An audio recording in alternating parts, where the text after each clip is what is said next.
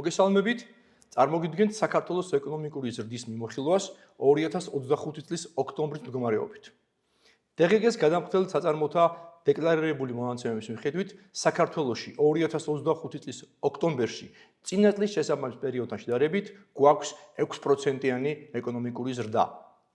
პირველი 10 თვის საშუალო რეალური ზრდა შეადგენს 7.6%. წინა წლის შესაბამის პერიოდთან შედარებით ზრდის მიმართულებით მნიშვნელოვანი წვლილი შეიტანეს შემდეგმა დარგებმა: ინფორმაცია და კომუნიკაცია, ტრანსპორტი და დასაწყობება, ფინანსური და სადაზღვევო საქმიანობები, ასევე უძრავ ქონებასთან დაკავშირებული საქმიანობები.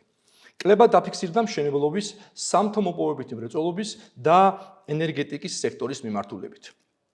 2025 წლის ოქტომბერში წინასწარი მონაცემებით საქონლის ექსპორტი გაიზარდა 0.4%-ით წინა წლის შესაბამის პერიოდთან შედარებით, ხოლო იმპორტი შემცირდა 3.1%-ით.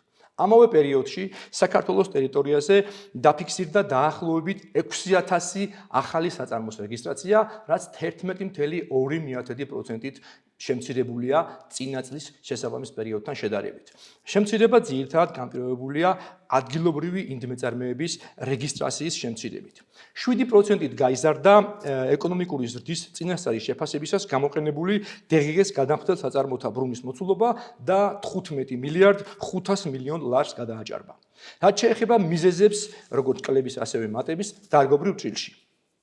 ინფორმაციის და კომუნიკაციის სექტორში ზრდა ძირითადად დაკავშირებული იყო კომპიუტერული პროგრამების შემუშავებასთან და ინფორმაციული ტექნოლოგიების სფეროში მომსახურების მოცულობის გაფართოებასთან. ტრანსპორტისა და დასაწყობების სექტორში ზრდას ძირითადად განაპირობებს საჰაერო სატვირთო და სამგზავრო ტრანსპორტის მომსახურების მოცულობის ზრდა.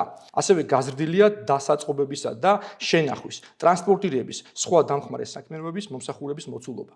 საფინანსო და სადაზღვევო სექტორში ზრდა ძირითადად დაკავშირებული იყო კომერციული ბანკების საპროცენტო შემოსავლების მატებასთან. უძრავი ქონების სექტორში ზრდის გამომწვევი მიზეზად გვევლინება საკუთარი ან იჯარით აღებული უძრავი ქონების გაქირავებისა და მართვის საქმიანობასთან დაკავშირებული მოცულობის გაფართოება. რაც შეეხება კლების ტენდენციებს, იგი ძირითადად გამოვლინდა სამ სექტორში. მშენებლობის სექტორში კლება ძირითადად დაკავშირებული იყო საცხოვრებელი და არასაცხოვრებელი შენობების მშენებლობასთან. ასევე შემცირებულია სამოქალაქო მშენებლობის მაჩვენებლები, როგორიცაა ავტობანების და გზების მშენებლობა.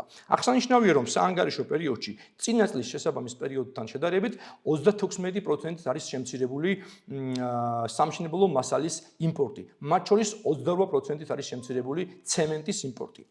სამთო-მოპოვებითი მრეწველობის სექტორში კლება განპირობებულია ფერადი ლითონის მადნების მოპოვების შემცირებით. ენერგეტიკის სექტორში კლებას განაპირობებს თბოსადგურების მიერ ელექტროენერგიის წარმოების მოცულობის შემცირება.